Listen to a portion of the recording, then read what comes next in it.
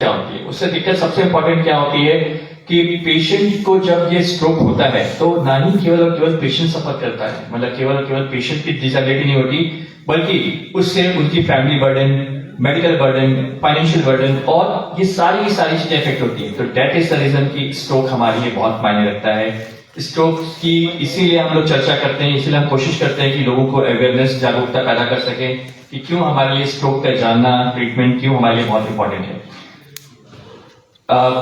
ये I think sure ये match सबको याद होगा, it is 2016 T20 world cup, जिसमें इट्स क्वालिफायर मैच जहां पे ये जो रनर हैं वो दौड़ रहे हैं, हमारी टीम को टारगेट दिया, बांग्लादेश चेस कर रही है और लास्ट बॉल पे हमने देखा कि we won the game. So basically जो मैं आपको दिखाना चाहता हूं इस वीडियो में, जैसा आप देख पा रहे हैं कि अल्टीमेटली जो है जीता वही जो दौड़ा फास्ट। तो अल्टीमेटली जो है अगर मैं बात करूं कि हम क्यों स्ट्रोक पे चर्चा करना चाहते हैं, because it is something related to fast. So what is fast, अगर हम बात करें तो फास्ट है क्या? तो फास्ट इज समथिंग जो हमें पता होना चाहिए कि स्ट्रोक के बारे में कभी भी सामने आए तो एक्ट फास्ट, हमें तुरंत बहुत तेजी से काम करना है।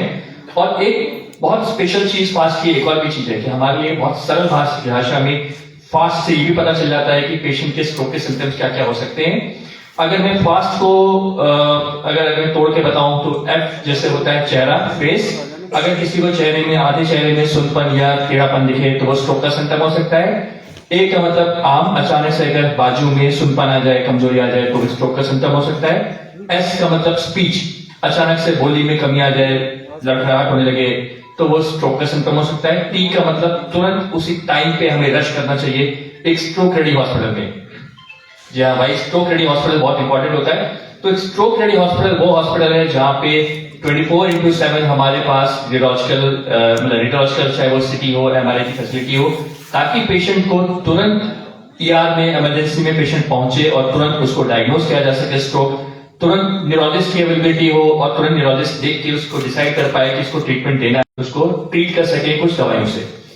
सो क्यों हमारे लिए गोल्डन आवर इंपॉर्टेंट है? Why? Because time is brain. अगर हम बात करें कि टाइम इज ब्रेन हम क्यों कहते हैं, बिकॉज हर सेकेंड हमारे लिए स्ट्रोक के केस में बहुत इंपॉर्टेंट है। हर सेकेंड मिलियंस ऑफ न्यूरॉन्स हमारे नष्ट होते हैं अगर स्ट्रोक से कोई ग्रसित। उद्देश्य क्या होता है कि कभी भी पेशेंट को कहीं पे भी स्ट्रोक हुआ हो, चाहे वो घर पे हुआ हो, किसी नर्सिंग होम में हुआ हो, तुरंत पेशेंट को उस स्ट्रोक एम्बुलेंस से हमारे हॉस्पिटल में लेके आया जाता है।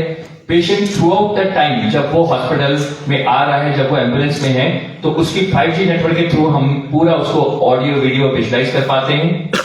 वो हमारी इसलिए बहुत इंपॉर्टेंट होता है क्योंकि रास्ते में ही जब पेशेंट है तो हमें पता चल जाता है कि पेशेंट को किस तरह के सिम्टम्स है, कितना सीवियर सिम्टम्स है, और हमें अंदाजा लग जाता है कि पेशेंट को कितनी गंभीर बीमारी है। So that without wasting any time, हम विदाउट वेस्टिंग वो पेशेंट को इमरजेंसी में हम टाइम दें, देखें, फिर हम डिसाइड करें तुरंत पेशेंट को उसी टाइम, पेशेंट जैसी एम्बुलेंस हमारे पास पहुंचती है हम पेशेंट को शिफ्ट करते हैं स्कैनिंग सेंटर में, वहीं पे डिसाइड कर लेते हैं कि पेशेंट को अब फर्दर क्या ट्रीटमेंट देना है, दवाई देनी है या फिर तार के जरिए वो क्लॉट को खींचना है।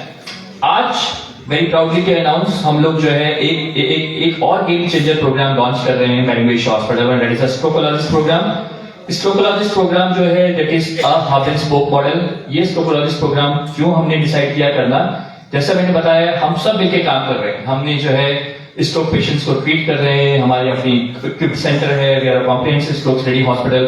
बट प्रॉब्लम वहां आती है जब पेशेंट किसी दूर दराज नर्सिंग होम में पहुंच गया या फिर कभी कभी वो किसी डॉक्टर के पास पहुंच गया और वो डॉक्टर पता नहीं लगा पा रहा कि इस पेशेंट को स्ट्रोक वाकई में हुआ कि नहीं हुआ, या उसको आगे किसको भेजना है, किसको रेफर करना है और वो क्या डिसीजन लेना है।